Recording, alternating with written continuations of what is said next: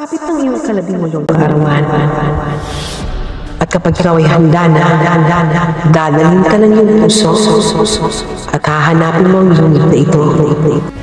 Isa ka pa bang diwata? Maaari mo akong tawagin ng ganun, Leona.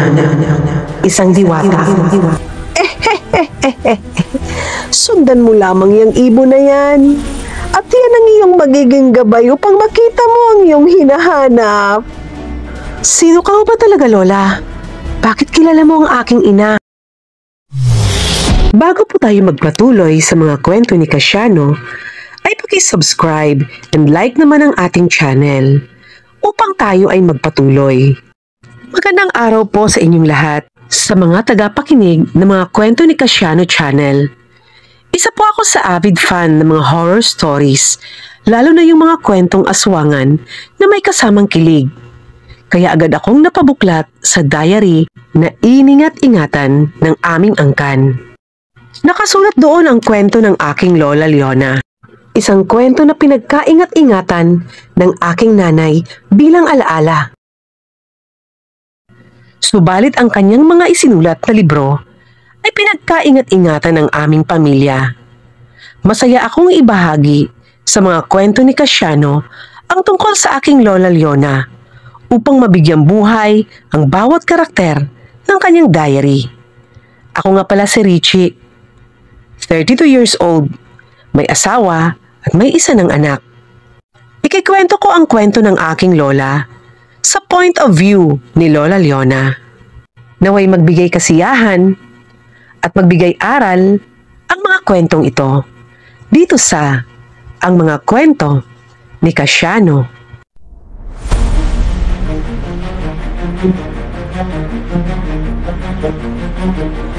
Papasok ako ng eskwelahan nang masalubong ko si Boji. Kasama ang mga kaibigan nitong pareho din itong makukulit. Kilala talagang bully si Boji sa school namin. Madalas, ako ang binubuli nito. Kinukuha ang baon ko na nagiging dahilan ng pag-iyak ko. Bakit ka umiiyak? Bakit hindi? Kinukuha mo ang baon ko. Niluto yan sa akin ni lolo ko Masarap na suman yan.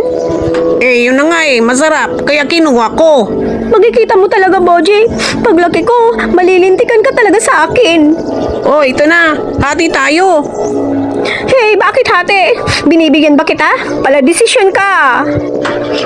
Gusto ko mukhang masarap. Kung ayaw mo akin na lang ito lahat. Buong-buong isinubo ni Boji ang baon kong suman.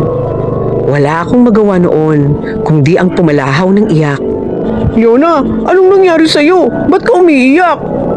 Si Boji, kinuha yung baon ko. Inubos lahat. Grabe talaga yan si Boji Hayaan mo, hati na lang tayo sa baon ko. Marami naman ito. Humanda talaga sa akin yung Boji na yan. Pag lumaki ako, kakaratiin ko talaga yan. Si Nando talaga ang kaibigan ko simula pa man. Ito rin ang madalas kong kalaro. Kapag walang pasok sa school, si Nando ang palaging kasama ko. Kaya mo bang pigilan yan, Nando? Hindi nga Malalaki ang mga bato na to. Kapag pinilit ko, mapipisa ako. Subalit, dapat mong pigilan ang batong yan, Nando. Kung hindi ko tuloy ang mapapasok ang yungib at makuha ang agimat. Leona, sobrang hirap Hindi ko kaya. Sige na nga, bitawan mo na nga yan. Mukha ka ng tanga dyan Grabe siya Matapos kong umakting sa laro natin pagtatawanan mo lang pala ako. Sorry na. Natatawa lang talaga ako sa'yo. Huwag ka nang magtampo. At saka alam ko naman, akting-aktingan lang naman yon. Gusto mo ba talagang mag-artista, Nando? Paglaki mo? Oo naman. Pangarap ko kaya yun. Kung sabagay. Tingin ko, pag lumaki tayo medyo gwapo ka naman. Anong medyo? Sabi ni Ina, pag lumaki ako, napakagwapo ko daw. Kaya pwede ako mag-artista. Kung sabagay din. Magaling ka naman umakting Alam mo, Leona, bully ka talaga. Pasalamat ka, kaibigan kita. Ano pang masama sa sinabi ko? Ang sabi ko, magaling kang umakting, di ba? Ikaw, ano bang pangarap mo? Ako? mas pataas ang pangarap ko. Ha? Ano ba yun? Ano bang pangarap mo? Ang pangarap ko ay maging isang antingerang manunugis. Manunugis? Ng ano? Ng aswang? Oh, bakit ka natatawa? May masama bang maging isang manunugis? Ngayon pa lang nga Duwag ka na. Iyakin ka pagdating kay Boji. Paano ka maging isang manunugis? Kasi nga, maliit pa ako.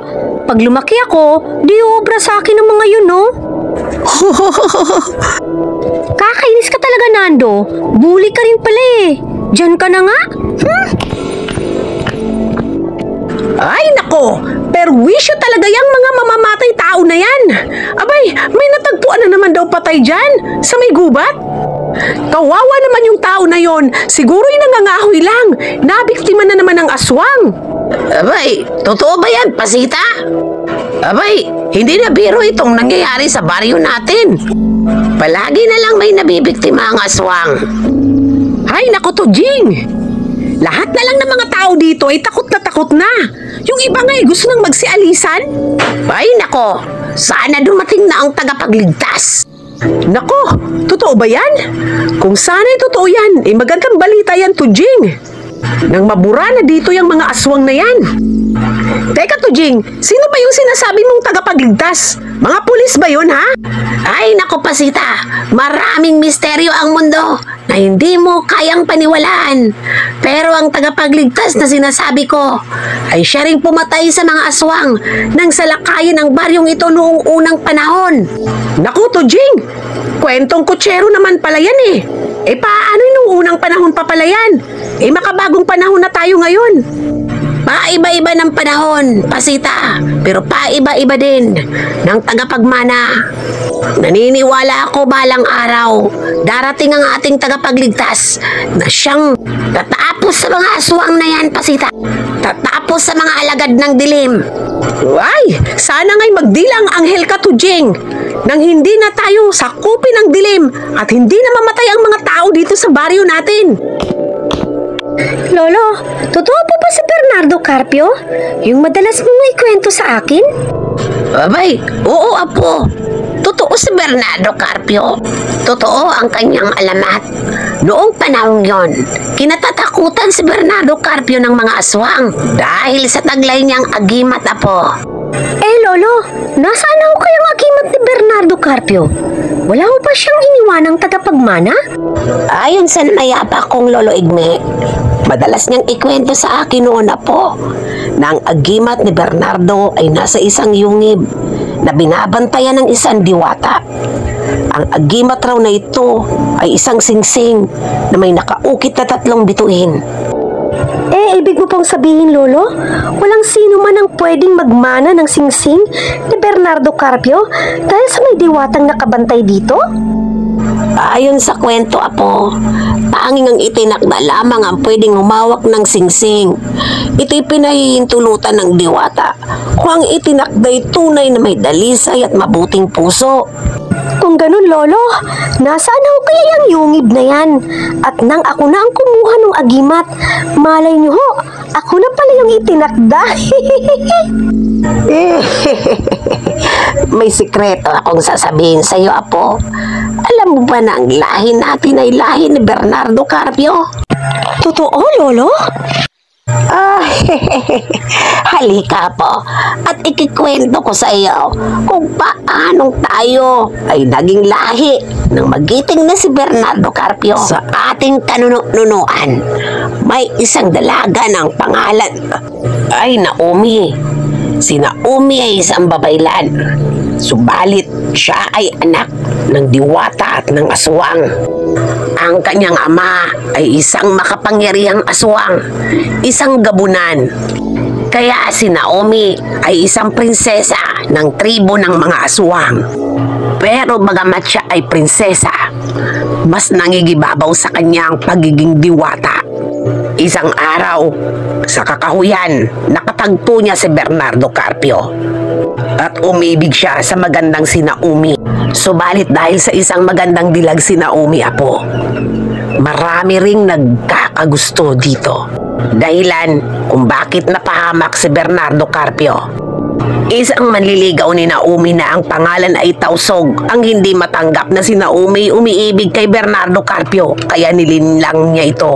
Dahil sa likas na matulungin si Bernardo Carpio ay sinunod niya si Tausog na hawakan ng 2 batong nag-uumpugan upang hindi tuluyang magulungan ng mga tao sa baryo at hindi tuluyang masira ang tribo. Subalit ang mga bato ay tinaniman ni Tausog ng malakas na orasyon na hindi na maitapon ni Bernardo sa malayo.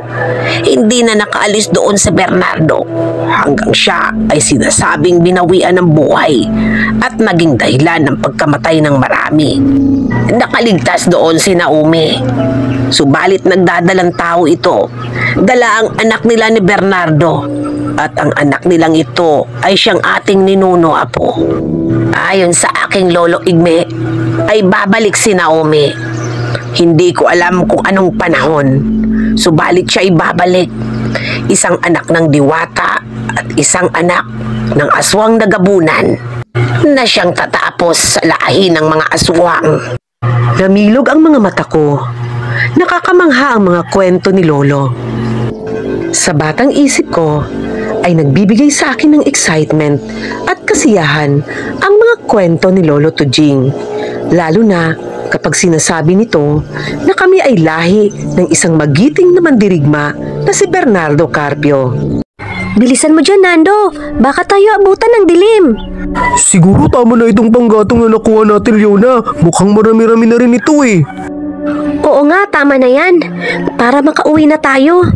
Alam mo ba, Nando, na may pinapatay palagi ang aswang dito sa gubat? Naku, Leona, bilisan na natin. Umuwi na tayo. Malapit ng dumilim eh. Oh, natatakot ka naman agad eh. Huwag kang mag-alala, hindi tayo gagalawin nun. Paano mo naman nasabi? Siyempre, sabi kasi sa akin ni Lolo, ninuno daw namin si Bernardo Carpio. Alamat yan, di ba? Itinuturo yan ni teacher sa school eh. Oo nga, isang alamat.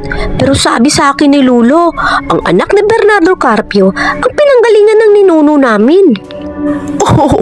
Gutom ka na yata eh. Halika, bilisan na natin na makauwi na tayo. Nang bigla kaming natigilan, may isang hindi pangkaraniwang ibon ang dumapo sa punong daraanan namin. Itim ang katawan nito, subalit malalaki at maganda ang puting pakpak nito. Ang gandang ibon!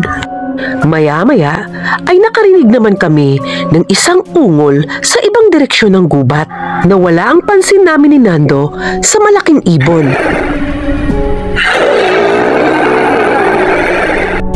Aswang, Nando! Halika, Leona! Magtago tayo! Agad na binitawan namin ang dala naming kumpol na panggatong at tumakbo upang magtago sa kung saan. Nang may biglang tumawag sa amin. Psst! Mga bata! Dito, dali! Sa pagkakataong yun ay hindi na kami nag-isip kung mapagkakatiwalaan ba ang babaeng tumawag sa amin.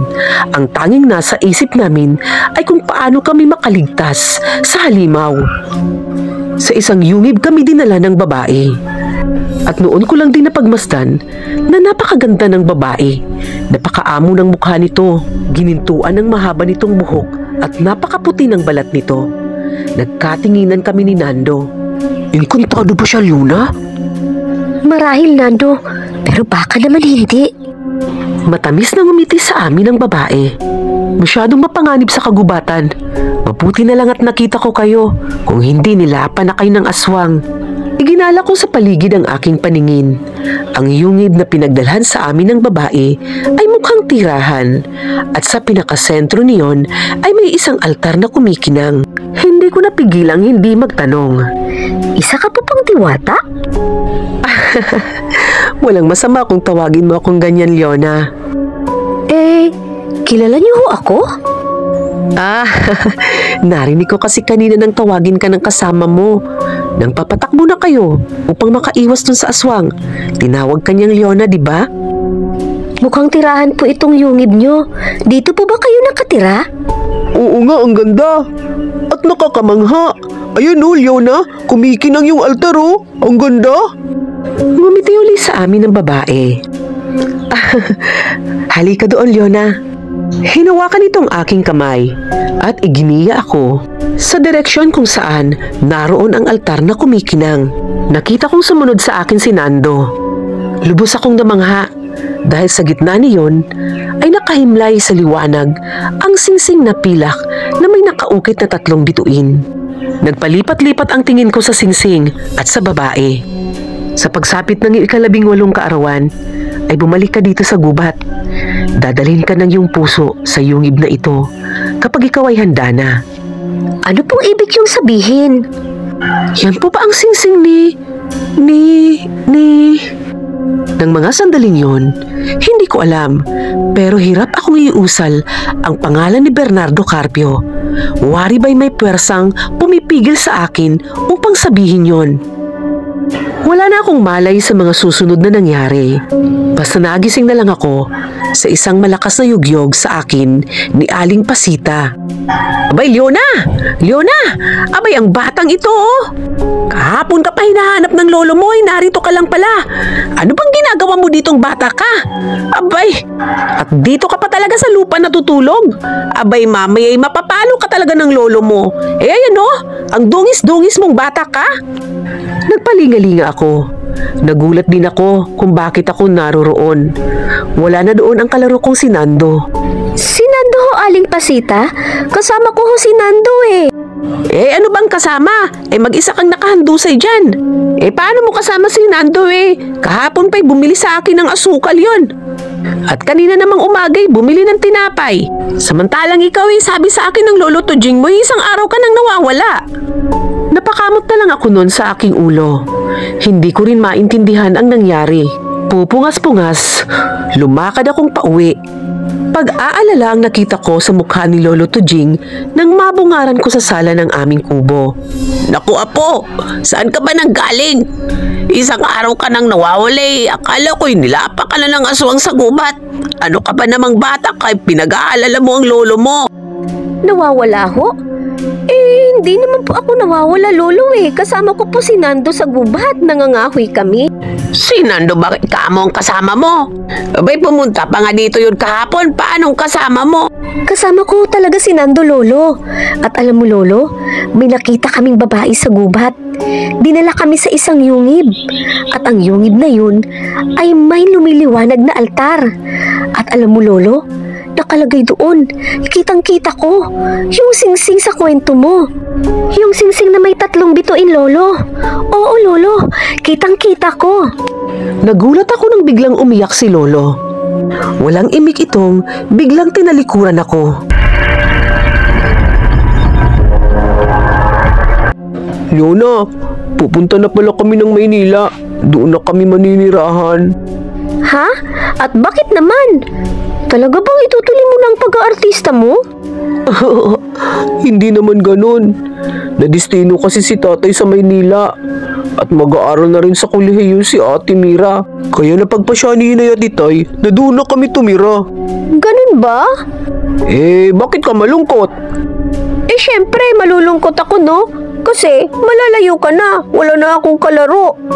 Eh, ayan naman si Boji. Pwede mo naman kalaro si Boji. Hindi ko naman yun pwedeng kalaro. Eh, bully naman yun. Aawayin lang ako nun. At saka, nanununtok pa yun. Ang kulit-kulit kaya ni Boji. Eh, nag-promise naman siya sa akin na hindi ka na niya aawayin. Ayan si Boji, oh. Boji! Boji! Di ba nag-promise ka sa akin na hindi mo na aawayin si Leona? Oo, promise is promise. Hindi ko na talaga aawayin si Leona. Totoo, Boji? Hindi mo na ako aawayin? At hindi mo na ako bubulihin? Hindi mo na rin ako aagawan ng baon? Oo, Leona. Totoong totoo. Promise. Matuling lumipas ang panahon. Dalaga na ako. Edad 17. Leona, tawag ka ni Lolo Tujing, kakain na daw! Naging kasama-sama ko si Boji simula nung kami maliit pa hanggang sa kami lumaki. Mortal ko siyang kaaway noon. Pero ngayon, best of friends kami. At nagtuturingang magkapatid. Inamin nun sa akin ni Boji na inaaway niya ako dahil kay Nando. na palagi kong kasama. Hindi raw kasi siya nakakalapit sa akin upang makipaglaro, kaya ang ginagawa niya ay inaaway ako. Sa mga kwento ng aming kabataan ay pinagtatawanan namin ang aming mga karanasan. Subalit iba na ngayon, malalaki na kami at ang kwento ng nakaraan ay lumipas na nga.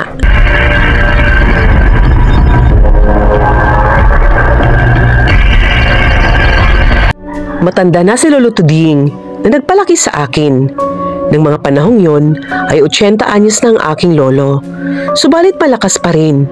Iyon nga lang ay may tungkod na itong palaging dala dahil mahina na raw ang kanyang paningin. Si Lolo Tuding at si Boji ang itinuturing kong pamilya. Sa aking paglaki ay hindi ko na hinanap kay Lolo Tuding ang aking ama't ina. Hindi rin naman kasi sumasagot si Lolo kapag tinatanong ko kung nasaan sila. Hindi man malinaw ang aking pagkatao, ay nakontento na ako sa pagmamahal at pag-aaruga na ibinibigay sa akin ng aking lolo. Hindi ko pa rin nalilimutan ang karanasan ko noon sa gubat, kasama si Nando. At hindi ko rin nalilimutan ang sinabi ng babae sa akin na sa pagsapit ko ng 18, kapag handa na ako, ay dadalhin ako ng aking puso sa yungib na iyon. Hindi malinaw sa akin ang ibig sabihin ng mga sinabi ng babae. Pero sa isip ko, darating ang panahon, mauunawaan ko yon. Leona, nakikita mo pa sa magazine si Nando? Bakit? Artista na ba si Nando? Oo, papasikat na artista na yung kapabata natin. Alam mo, Leona, ang pogi-pogi na kaya ni Nando ngayon. Patingin nga. Abay, oo ano? Ang kwapo na nga ni Nando. Ayos talaga. Natupad din ang pangarap niyang mag-artista. Ferde Rosales. Wow, tunog artista talaga yung pangalan niya. Nakipanood na ako sa TV ni na Aling Vergie. Abay, nakita ko sumasayong si Nando eh. Ang galing sumayaw, Leona. Big time na pala yung kaibigan natin, Boji. Kilala pa kaya tayo niyan? Malamang hindi na. Limot na tayo niyan. Sikat na sikat pa naman eh. Maaalala pa ba tayo nun? Kung maaalala ka nun, maaalala nun ang Boji na bully at laging nagpapaiyak sa akin. At saka yung Boji na lagi niyang kasuntukan. Malamang nga, Leona. Ganun ang maaalala nun. Ay mga apo, alina kayo at kumain na. Wow, Lolo Tunjing. Ang sarap naman ng lutong yan. Pritong talag. Na may katat maraming sili. Sobrang sarap talaga. Sino bang nagluto niyan? Ako. Ako nagluto niyan. Kaya masarap. Kunwari ka pa. Binubuhat mo lang naman ang sarili mong bangko. Ikaw ang nagluto kaya masarap. Pero in fairness, magaling ka talagang magluto, Boji. Bilib talaga ako sa'yo. Alam mo naman yan si Boji, apo. Talagang mahilig yan magbuhat ng sarili niyang bangko. Pero, totoo naman talaga din ang sinabi mo. Masarap talagang magluto yan si Boji. Abay, dali na. Dulog na at nang makakain na tayo. Alam mo pa, Lolo Tunjing, na si Nando yung artista na. At sikat na artista na. At ang gwapo-gwapo pa. Dati, kalaro ko lang ng huling yun At kasuntukan ko. Ganun talaga, Boji. Siyempre, artista na yung kaibigan natin. Kaya may maintenance na yon. Yun bang sinasabi nilang nagpapaputi? Yung Gluta Drip? Ano ba yung Gluta? Gluta Drip? Gluta Drip. Yun ba yung pampakinis ng balat? Pampaputi ng balat? Gumagamit ang mga artista nun para gumanda't gumwapo sila. Pwede ka namang gumamit ng Gluta Grip na yan, Boji. Subukan mong lumuwas ng Manila at gumamit ka para kuminis din ang balat mo. Hindi yung balat na parang balat ng matandang kahoy. Napakamot sa ulo si Boji na ikinatawa ko talaga ng malakas. Nakaupo na kaming tatlo sa balkon nang buksan ni Boji ang isang balita. Lolo Tuching, alam mo pang may natagpuan na namang patay sa pupat? Tatlong tao ang natagpuan doon, Lolo Tuching. May mapagkakilanlan ba sa kanila, Boji? Sino kaya sila? Mga taga rito ba? Ang sabi, mga dayo-taw yun dito. Mga nagtitinda ng kaldero. Napiktima ng aswang. Siguro itong hinila sa kupat. Grabe na talaga ang pangyayari ngayon. Noong mga bata pa kayo, may nabibiktima din ng aswang. Pero madalang, hindi katulad nito na araw-araw na lang may biktima yung aswang na yan. Nakakatakot na po lolo yung baryo natin. Mukhang grabe na ho kung makapaminsalang mga aswang na yan.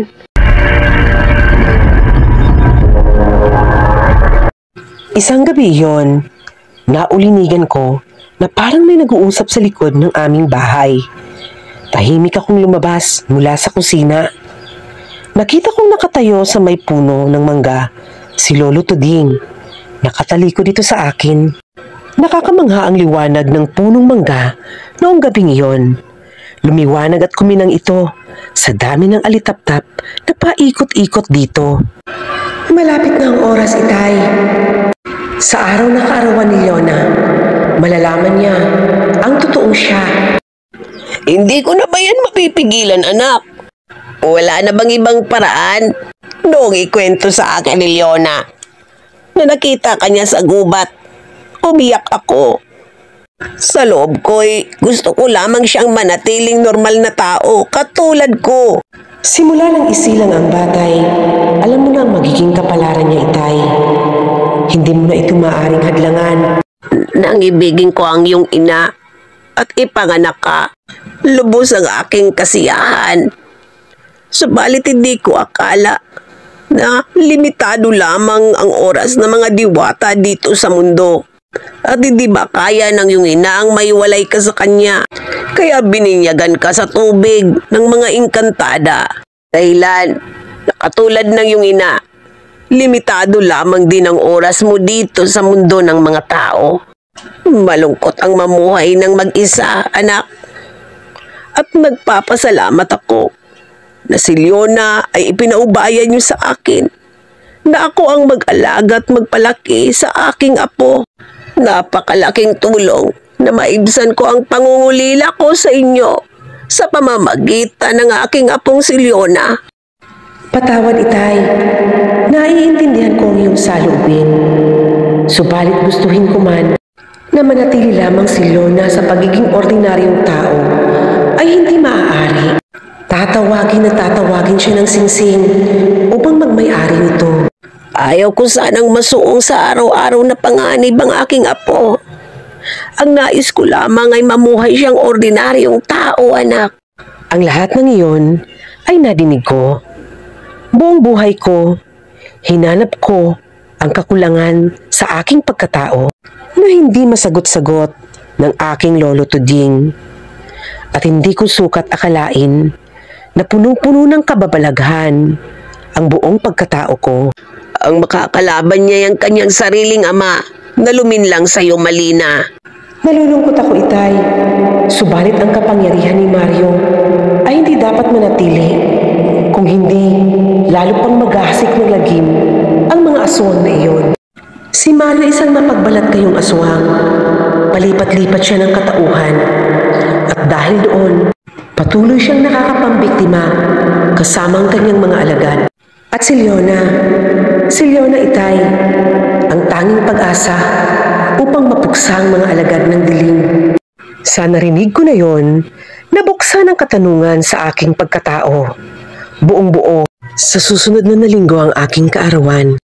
Pupunta ako doon, hindi lamang dahil sa singsing, kundi dahil gusto kong makausap ng puso sa puso ang aking ina. Matagal na panahon na hindi ko siya nakilala. May isang beses ng aking kabataan na niligtas niya ang buhay ko. Subalit itatanong ko sa kanya kung bakit hindi man lang siya nagpakilala sa akin na siya palang aking ina.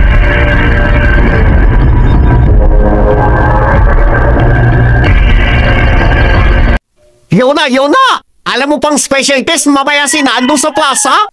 Tsak na maraming tao mamaya. Siyempre, lahat ng mga kapabaryo natin gusto makita si Nando. Mabuti pa, Leona, pumunta tayo. Sa kagustuhang makita din ng sikat kong kababata, ay sumama ako kay Boji kinagabihan. At tama si Boji, maraming ang tao naghihintay kay Nando. Katulad ko, mga kabataan din. Habang naghihintay, ay pumunta kami sa tindahan ng mga tuhog-tuhog. Habang namimili, napansin ko ang matang nakatitig sa akin. Inangat kong aking tingin. Isang lalaking nakatitig sa akin. May maputing balat, lalo pang pinatingkad ng kulay itim nitong damit. Ang kaputian nito. May mga alahas itong pilak sa leeg at braso. At agaw pansin ang kolorete nito sa mukha, lalo na sa mga mata dahil sa makapal na eyeliner nito. Neat looking naman kung tingnan ng lalaki. Yun nga lang, may matapang itong tingin. Nawala ang pansin ko dito nang marinig kong tinatawag ang pangalang Ferdy.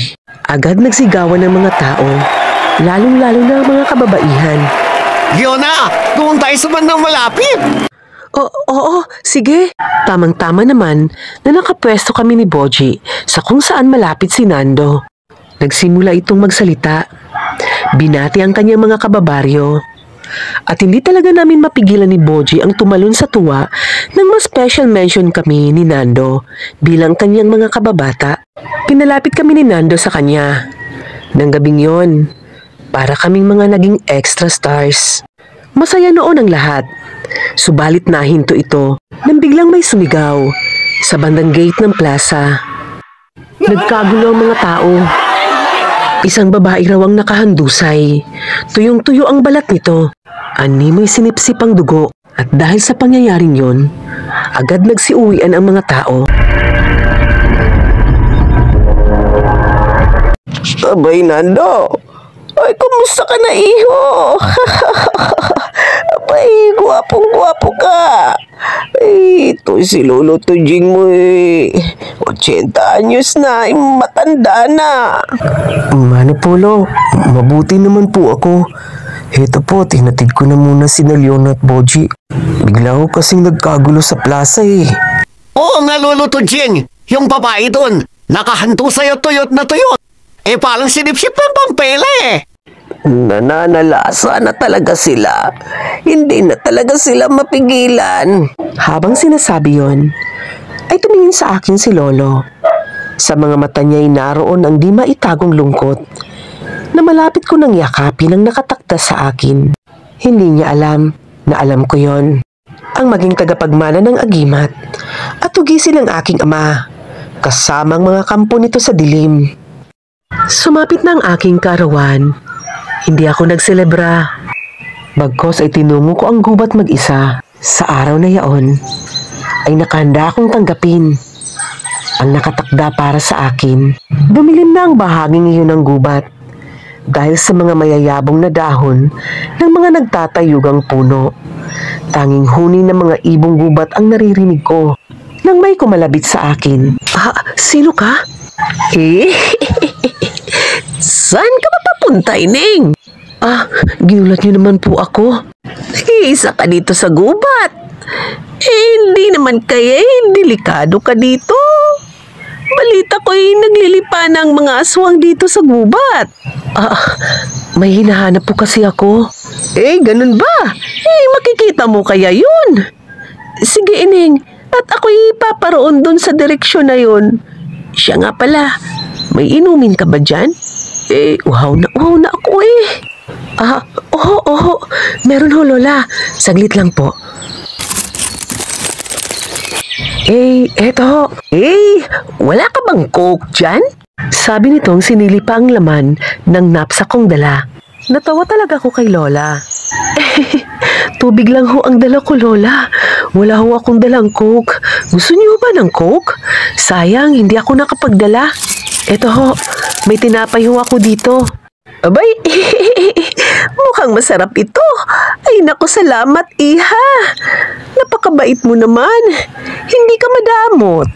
Pero sa susunod, pag nagkita ulit tayo, dalhan mo ako ng coke, ha? Oh, Lola, sure po yan. Dito po ba kayo sa gubat nakatira? Ay, oo. Palakad-lakad lang ako dito sa gubat kung saan-saan eh. Di ibig mo pong sabihin, Lola, nakakakita kayo dito ng aswang.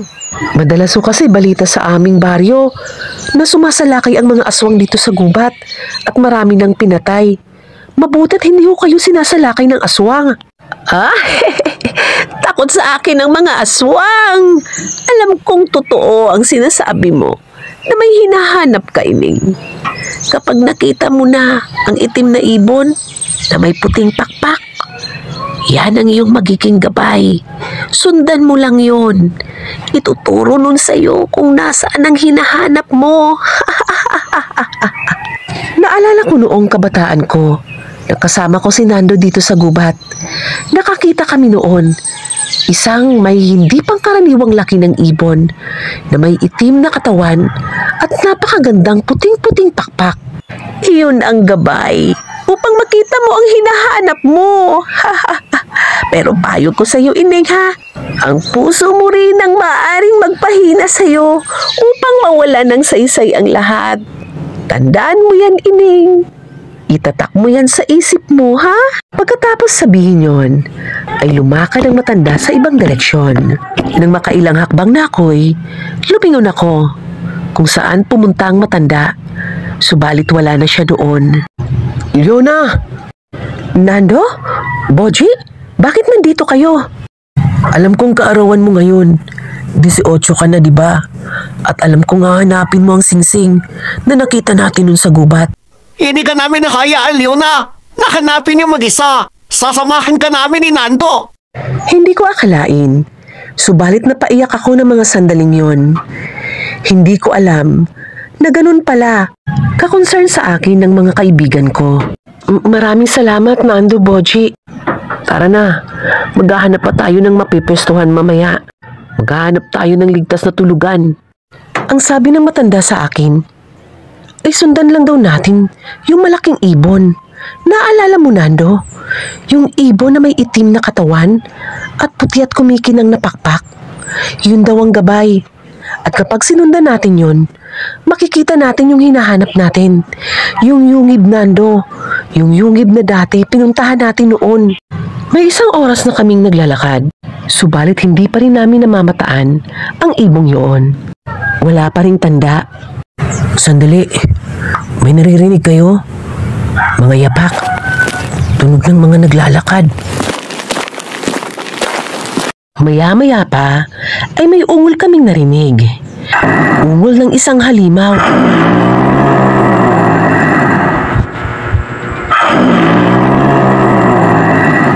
Takbo, Nando, Leona. May aswang!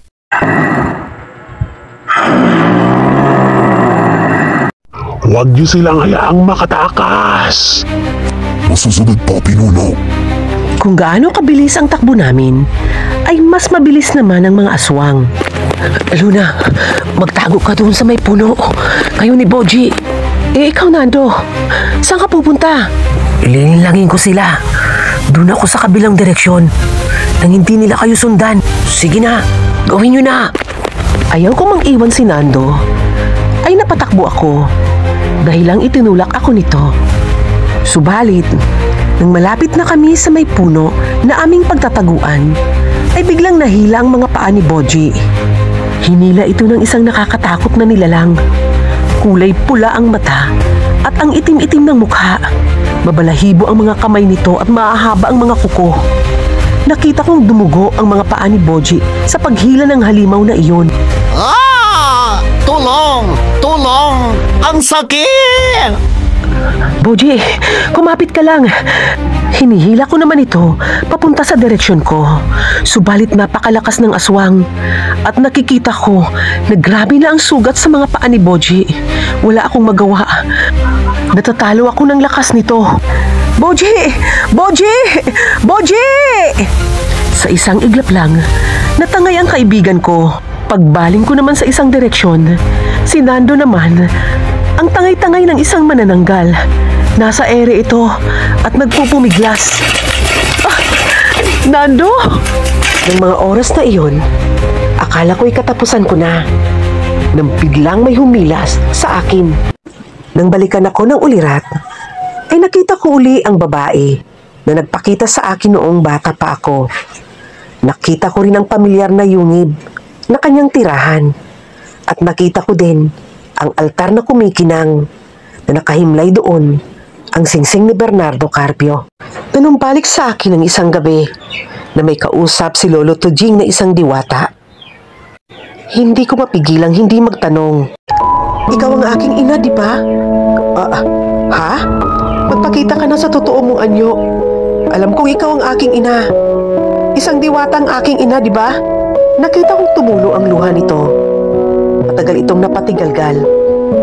Leona, anak, paano mo nalaman? Nakita kitang kausap mo si Lolo. Doon sa may puno ng mangga na punong-puno ng alitaptap.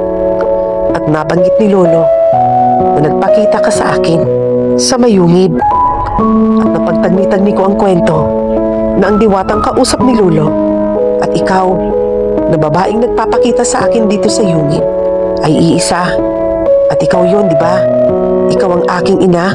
Biglang napahagulhol ang babae. Ang aking ina. Anak, patawarin mo ako, anak. Pwede ba kitang mayakap? Ano ang dahilan, inay? At hindi kayo nagpapakilala sa akin? Ano ang dahilan at lumaki ako na wala man lang nakikilalang magulang? Bakit nilayuan niyo ako? Ayaw kong malaman ng iyong ama na may anak siya sa akin. Isang aswang ang iyong ama, Leona. Manganganib ang buhay mo. At ayaw din kitang isama sa mundo ng mga engkanto.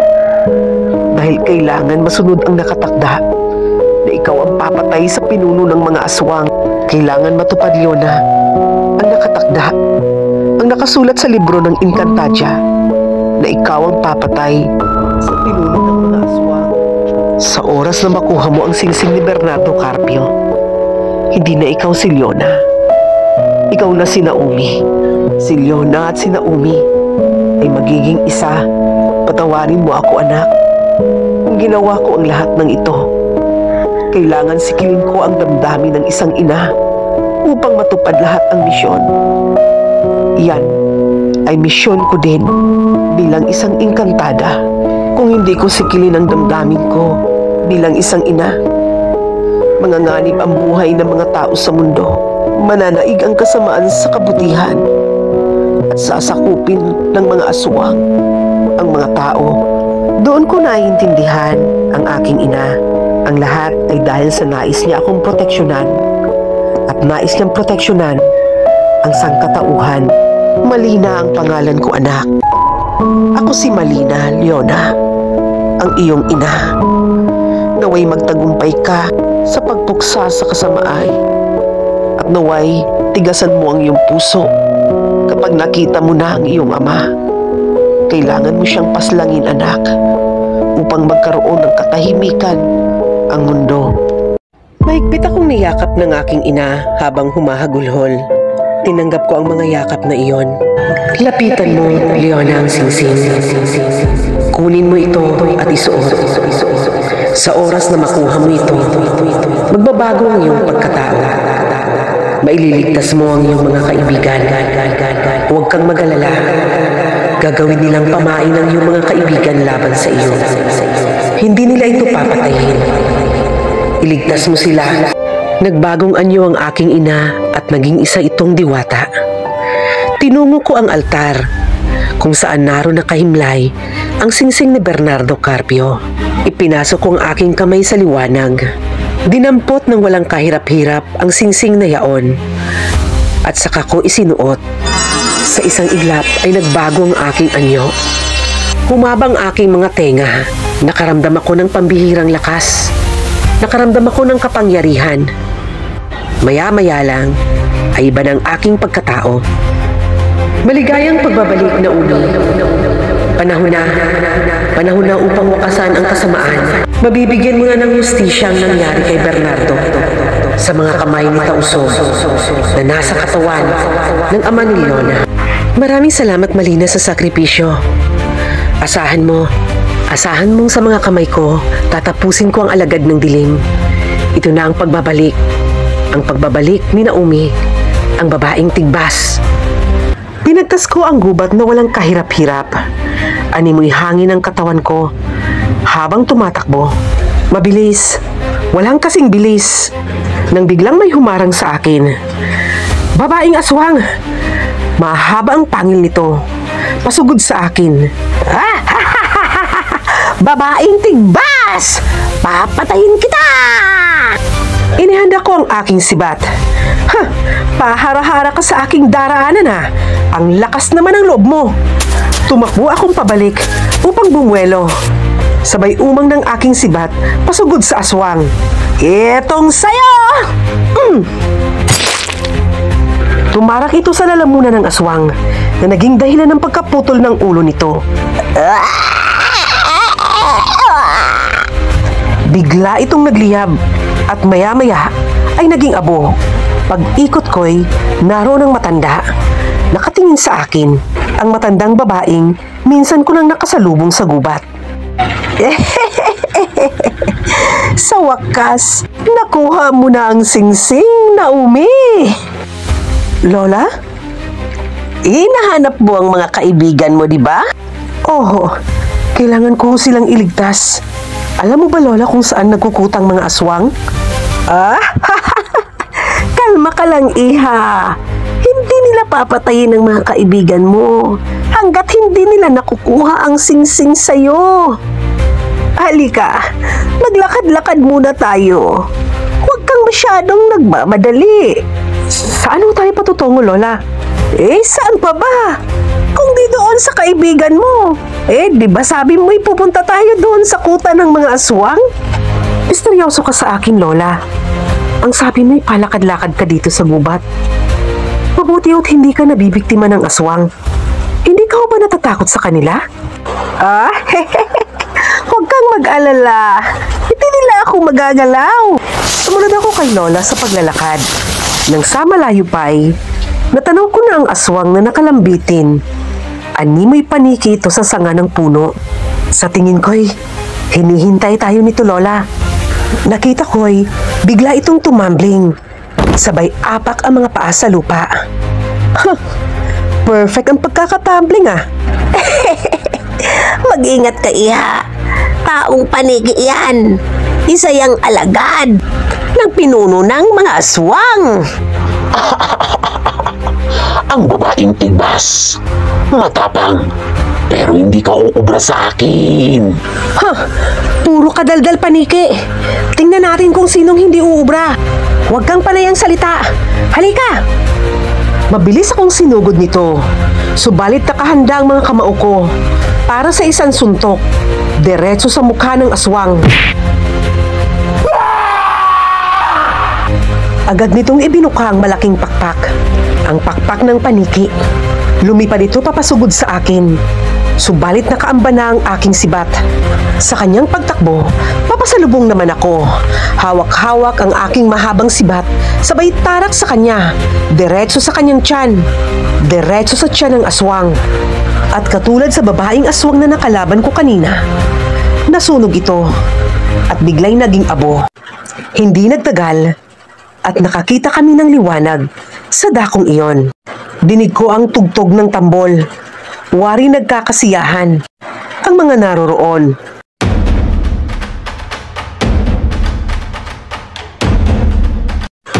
Mga aswang ba silang lahat, Lola? Oo, lahat sila mga aswang. Kaya mag-iingat ka, Naomi. Ayan, nakita mo yung sumasayaw na yan? Yan ang kanilang pinuno. Si Tausug, ang kanilang pinuno. Kung si Tausug yan, ibig sabihin, yan ang aking ama? Hindi ko alam, Naomi. Si Tausug ba ay iyong ama? Hindi. Pero ang katawang ginamit niya ay katawan ng ama ni Leona. Isang aswang. Si Marco. Tunay na matalino si Malina. Matagal kanyang inilihim upang hindi ka matagpuan ng iyong ama. Dahil kung natagpuan ka, malamang isa na ring aswang si Leona at mawawalang saysay ang mga pakikipaglaban ng Encantadia sa mga aswang. Sino ka ba talaga, Lola? Bakit mo kilala ang aking ina? Nang sabihin ko iyon, ay biglang nagbagong anyo ng matanda. Naging isa itong malaking ibon. Kulay itim ang katawan at puting-puti ang mga pakpak. Nagulat talaga ako. Ikaw yung ibon? Ako ang iyong gabay. Hindi mo ba napapansin na palagi akong nagpapakita sa'yo kapag nandito ka sa gubat? Ang trabaho ko'y tulungan ka upang makita ang iyong hinahanap. Leona, Naomi, andito lang ako. Pagkasabi ni Yoy, naglaho ang ibon. Itinoon ko uli ang atensyon ko sa mga nagsasayawang aswang. Magagaslaw ang mga indak nito sa tunog ng tambol. Nakita ko si Boji. Nakita ko din si Nando. Umikot ako sa lokasyong malapit sa kanila. Sinamantala ko ang pagsasaya ng mga aswang. Wala silang kamalay-malay na naroon ako sa lokasyong iyon. Nando, Boji, huwag kayong maingay. Leona? Leona, mabuti dumating ka! Matiking hapunan yata talaga kami ng mga aswang na ito! Kakalagan ko kayo dito at tumakbo kayo sa dakong iyon. Ako nang bahala sa kanila. Leona, sandali! Bakit mahabang tenga mo? At palang gipang-gipan na yung itsura mo?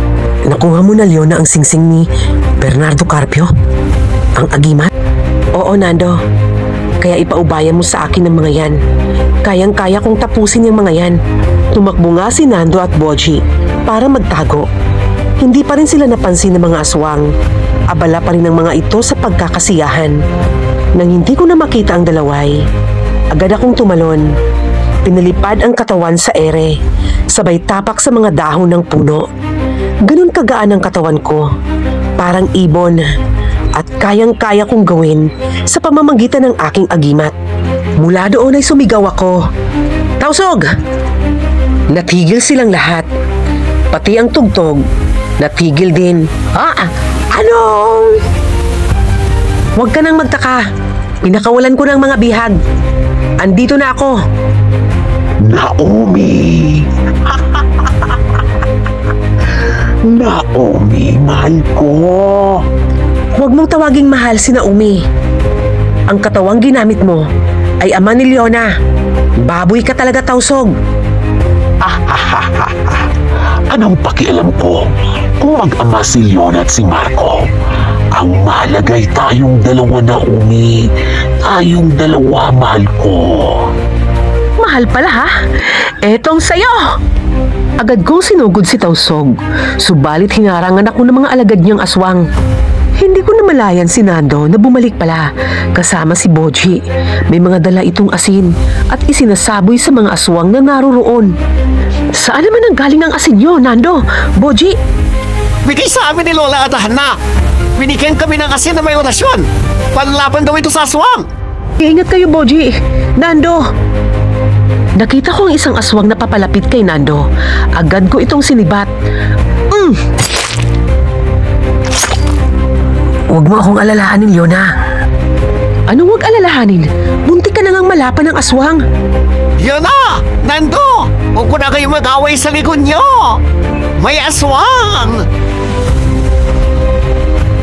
Alerto akong itinarak ang aking sibat patalikod. Sapol sa tiyan ng aswang na papalapit. Naramdaman kong uminit ang suot kong singsing. Hinawakan ko iyon at wari may nag-utos sa akin na kiskisin ko ang singsing. Iyon nga ang ginawa ko. Bigla itong nagsaboy ng liwanag na ikinasilaw ng mga aswang. Pati si Tausog ay napaluhod. Ang kapangyarihan ng agimat ni Bernardo Carpio. Kasabay ng pagsisigawan ng mga aswang, ay isa-isa itong nasunog. At maya-maya ay naging abo. Si Tausog naman ng mga sandaling yun ay nanghina, subalit nagtangka pang manlaban. Lalo itong lumaki at nagmukhang mabangis.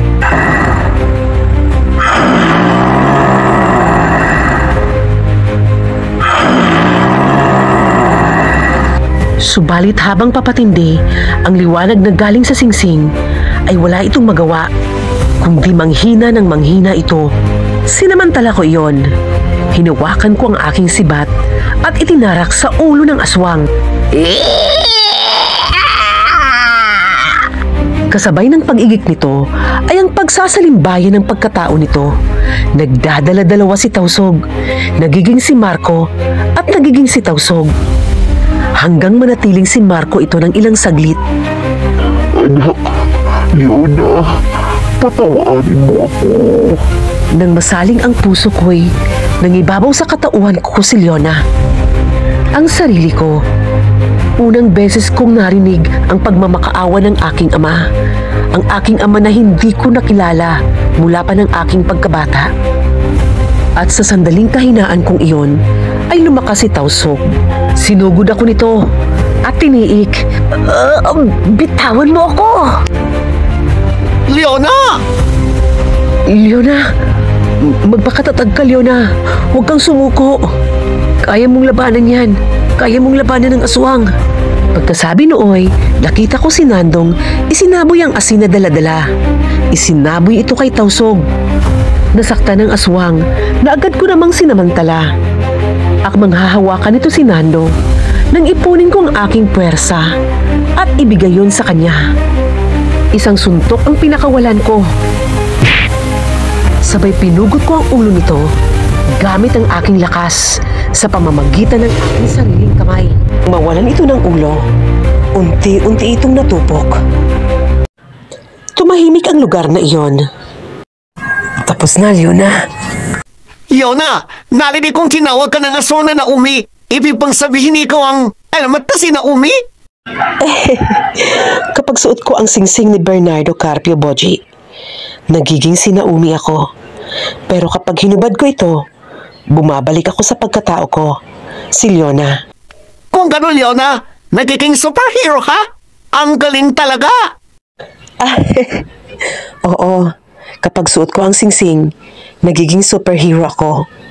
Noong unang panahon, ang tawag sa akin ay ang babaeng tigbas.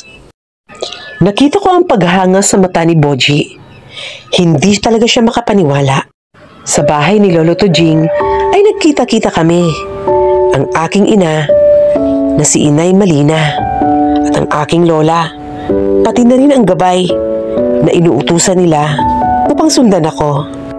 Ang matandang si Lola Adarna. Ngayong nakuha mo na ang singsing ni Bernardo Carpio, Leona. Anak, maaari mo na kaming dalawin ng lola mo sa Encantadia. May kapangyarihan ka ng maglabas-pasok sa aming mundo. Oo nga, Apo. Pwede mo nang gawin yon. Ay, na-miss naman kita, Nemya. Matagal rin tayong hindi nagkita. Lola, alam mo bang mahal na mahal ka ni Lolo? Na-miss ka niya. Ngumiti ang aking lola. May oras para sa ating pagsasama to Jean. Alam mo yan. Oo, mahal ko. Sabik na akong dumating ang araw na yon na magkasama tayo. Basta ako, pag naligaw ka sa Encantadia, Leona, huwag mong kalimutan yung Coco, ha? Ay, sandali. Akala mo nalimutan ko yon? Ibibigay ko yun sa'yo. Lula Adarna. Saglit, asa na ba yun?